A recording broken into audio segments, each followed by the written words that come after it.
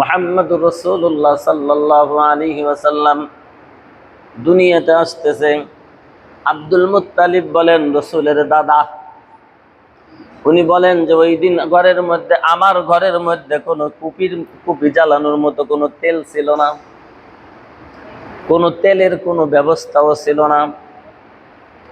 আমি দেখতে পেলাম গভীর রাত্রে সুবহে সাদেকের সময়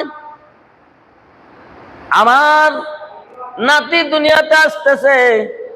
এমতো অবস্থায় আমার নাতির ঘরের মধ্যে আমিনার ঘরের ভিতরে কেমন যেন আলোকিত হয়ে গেল, আলো জলমল জলমল করতেছে, আলোকিত হয়ে গেল, ঘরটা সলক হয়ে গেল। আমি দূরের থেকে দাঁড়ায় দাঁড়ায় দেখলাম রাসূলুল্লাহ সাল্লাল্লাহু আলাইহি ওয়াসাল্লাম দুনিয়াতে আসতেছেন।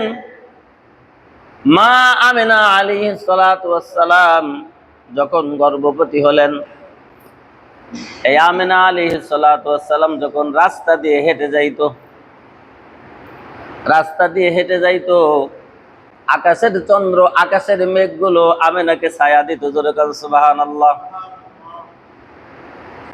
এরপরে উনি যখন রাস্তা দিয়ে হেঁটে যাইতেন, ওনার শরীরের ভিতর থেকে মেশক আম্বারের ঘ্রাণ বের হতো। লোকের আব্দুল মুত্তালিবের কাছে ঘোষণা দিল, দাওয়াত দিল, নালিশ দিল, তোমার বেটার উপর আব্দুল্লাহর বিবি আমেনা এত বড় সেন্ট ব্যবহার করে, এত বড় সুগেরান ব্যবহার করে, কারণটা কি? তোমার বিবিকে, তোমার বেটার বউকে নিষেধ করে দিও, সে যেন যখন রাস্তায় চলে সে যেন কোনো সুগেরান ব্যবহার করে না, আতর বা সুগেরান যেন কোনো কিছুই ব্যবহার সে না করে। আমেনার কাছে ঘোষণা দিল। আব্দুল মুত্তালিব ডাক দিলেন, মা আমেনা, আমার কাছে আসো।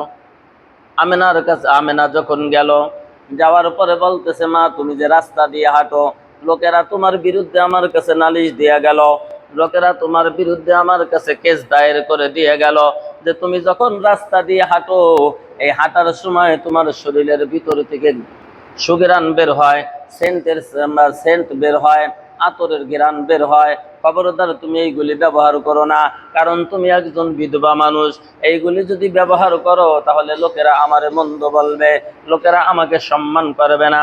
উনি বললেন, আব্বাজান, আমি কোনো কিছুই ব্যবহার করি না, কিন্তু আমি যখন রাস্তা দিয়ে যাই আমার মনে হয় যেন আমি সুঘ্রাণের চোটে আমি নিজেই অজ্ঞান হয়ে যাই।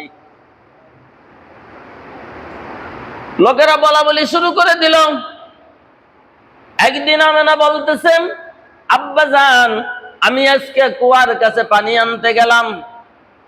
আমি যখন কুয়ার কাছে পানি আনতে যাই, এই মরুভূমির ভিতর দিয়ে যখন রোদ্রের তাপে আমি হাঁটতেছিলাম, আমি ধীরে ধীরে হাঁটতেছিলাম, হাঁটতে হাঁটতে হাঁটতে হাঁটতে আমি ক্লান্ত হয়ে পড়লাম।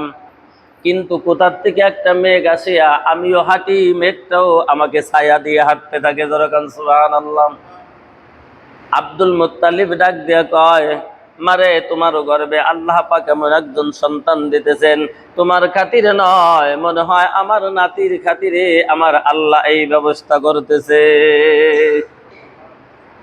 লোকেরা পানি আনতে যাইতো, ওই কুয়ার কাছে যাইতো, বালতি দিয়ে পানি উঠাইতো। আম্মা জান আমেনা যখন রওনা হয়ে যাইতো, এই আমেনা যখন ওই পানির কাছে যাইতো, কূপের কাছে যাইতো, আল্লাহ রাব্বুল আলামিন পরওয়ারদিগার আলম জিবরাইল রে ডাক দেয়া কইতো, জিবরাইল রে, তাড়াতাড়ি যা, আমার বন্ধুর মা আমেনা পানি নিবার আসছে, আমার বন্ধুর খাতিরে কুয়ার পানি উপরে উঠাইয়া দে, আমার বন্ধুর মার যেন পানি উঠাইতে কোনো কষ্ট না হয়। ইব্রাহিম আলাইহিস সালাতু ওয়াস সালাম অগ্নিকুণ্ডের মধ্যে চলে গেল। নমরুদ অগ্নিকুণ্ডে সাজাইলো, এরপরে অগ্নিকুণ্ডের মধ্যে আগুনের মধ্যে যখন ফেলাইলো, আল্লাহ রাব্বুল আলামিন পয়গম্বর ইব্রাহিম আল্লাহরে ডাক দিয়ে কইল, আল্লাহ, তোমার বন্ধুর খাতিরে আগুনটারে আমার জন্য আরামদায়ক বানাইয়া দাও। আল্লাহ রাব্বুল আলামিন এরকম ভাবে সমস্ত নবীরাই আমার নবীর ওসিলা ধরে মাপ পেয়ে গেছে। জোরে কান সুবহানাল্লাহ। তাহলে সেই নবীর উম্মত হইয়া কেন আমরা মাপ পাবো না রে ভাই? আশা করা যায় না? কি বলেন? আশা করা যায় আমরা মাপ পাবো।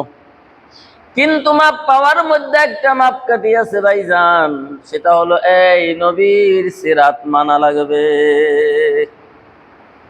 সিরাতুন নবী যদি মানতে পারো, নবীর আখলাকে তো যদি হতে পারো, নবীর আদর্শে আদর্শবান যদি হতে পারো, নবীর হুকুম যদি দুনিয়াতে পালন করতে পারো, নবীরে যদি মহাব্বত করতে পারো, নবীরে যদি ভালোবাসতে পারো, আল্লাহ রব্বুল আলামিন পরওয়ারদিগার আলম নবীর খাতিরে তোমারে আল্লাহ জান্নাত দিয়ে দিবে। আমার নবী এই মাসে আসলেন, এই গোটা পৃথিবীকে আলোকিত করলেন। আবার এই মাসের 12 তারিখ সুবহে সাদেকের সময় আমার নবী গোটা পৃথিবীর কুল মাখলুককে এতিম বানাইয়া মদিনাতুল মুনাওয়ারায় আল্লাহ রাব্বুল আলামিন তারে আবার শোয়াইয়া দিল।